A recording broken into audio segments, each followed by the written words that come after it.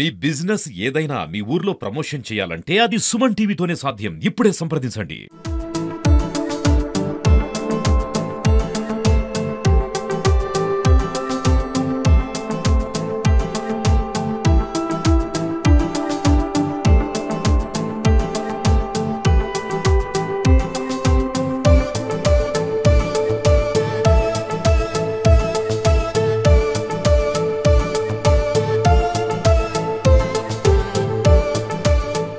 Okay, మనతో పాటు ఇప్పుడు ఎస్ఆర్ యూనివర్సిటీ చైర్మన్ గారు ఉన్నారు. సార్ నమస్తే అండి. నమస్కారం సార్, చాలా రోజులైంది మిమ్మల్ని చూసి. ఇట్లాంటి వార్షికోత్సవాల్లో చాలా ఉత్సాహంగా పాల్గొంటారు మీరు కూడా. అసలు మీ యూనివర్సిటీ గురించి ఒక మాటలో చెప్పండి. ఈ యూనివర్సిటీ 5 ఏళ్ల క్రితం ఎస్టాబ్లిష్ చేయబడింది. ఇది స్టేట్ గవర్నమెంట్ ఇచ్చిన యూనివర్సిటీ. సెంట్రల్ గవర్నమెంట్ ఇచ్చిన యూనివర్సిటీకి డీమ్డ్ టు బి యూనివర్సిటీ అంటారు. స్టేట్ గవర్నమెంట్ ఇచ్చిన దానికి సింపుల్ యూనివర్సిటీ అంటారు. 5 ఏళ్లలో దీన్ని ఈ ఉత్తర తెలంగాణలో దీన్ని బాగా అభివృద్ధి చెయ్యాలి. ఇక్కడ చదువుకునే పిల్లల పట్ల ఒక 75% పిల్లలు రూరల్, చాలామంది రూరల్. ఇటువంటి రూరల్ పిల్లలకు మంచిగా చదవాలి, వాళ్ళు లైఫ్లో సెటిల్ కావాలి, వాళ్ళు దేశ అభివృద్ధిలో పాల్గొనాలి అనే ఒక మంచి ఉద్దేశంతో దీన్ని బాగా డెవలప్ చేసినాం. దీంట్లో ఇన్ఫ్రాస్ట్రక్చర్ కానీ స్టాఫ్ కానీ ఏదైనా వండర్ఫుల్. ఈ మధ్యన సెంట్రల్ గవర్నమెంట్ NIRF అనే ర్యాంక్ ఇస్తున్నది, నేషనల్ ఇన్స్టిట్యూషనల్ ర్యాంకింగ్ ఫ్రేమ్వర్క్. దాదాపుగా 30,000 కాలేజీలు ఉంటాయి. ర్యాంక్ ఇచ్చేది మాత్రం ఓన్లీ 100 లోపల. ఇది పెట్టింది 5 ఏళ్ళు అవుతుంది ఈ ప్రోగ్రాము. మేము 3 years నుంచి అప్లై చేస్తున్నాము.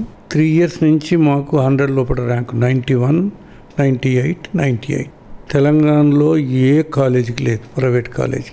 గవర్నమెంట్ కాలేజీలకు ఉన్నాయి. కిట్స్ NIT వరంగల్కి ఉంది, IITకి ఉంది, JNTకి ఉంది. కానీ ప్రైవేట్ కాలేజీలకు ఏ కాలేజీకి కూడా ఈ NIRF ర్యాంకు లేదు. దీంతో ఏమైందంటే ఈ యూనివర్సిటీకి మంచి పేరు వచ్చింది దేశంలో.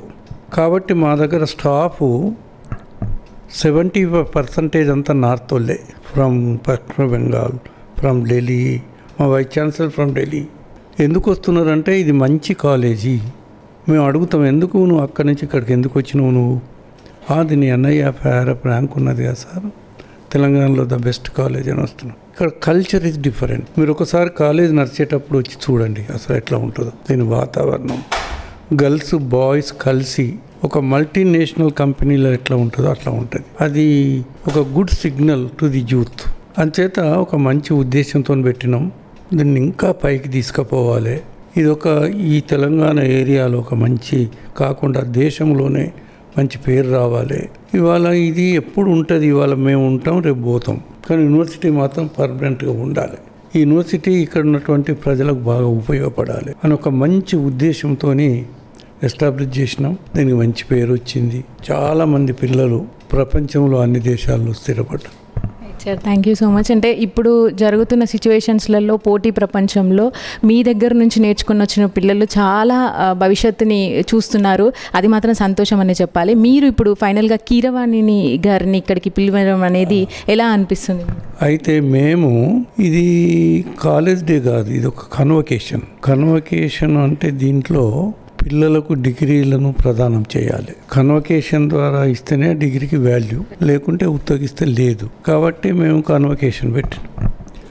కన్వకేషన్లో రూల్ ఏంటంటే పిల్లలకు గ్రాడ్యుయేషన్ డిగ్రీలు ఇచ్చుడు, గోల్డ్ మెడల్స్ ఇచ్చుడే కాకుండా ఒక మంచి సాంఘికంగా ఉపయోగపడేటోడు, ప్రజలకు ఉపయోగపడేటోడు, ఏ రంగంలోనైనా ఉండేటోళ్ళకు ఒక ఆనరరీ డాక్టరేట్ ఇవ్వాలని మేము యూనివర్సిటీలో గవర్నింగ్ బాడీలో తీర్మానం చేసినాం.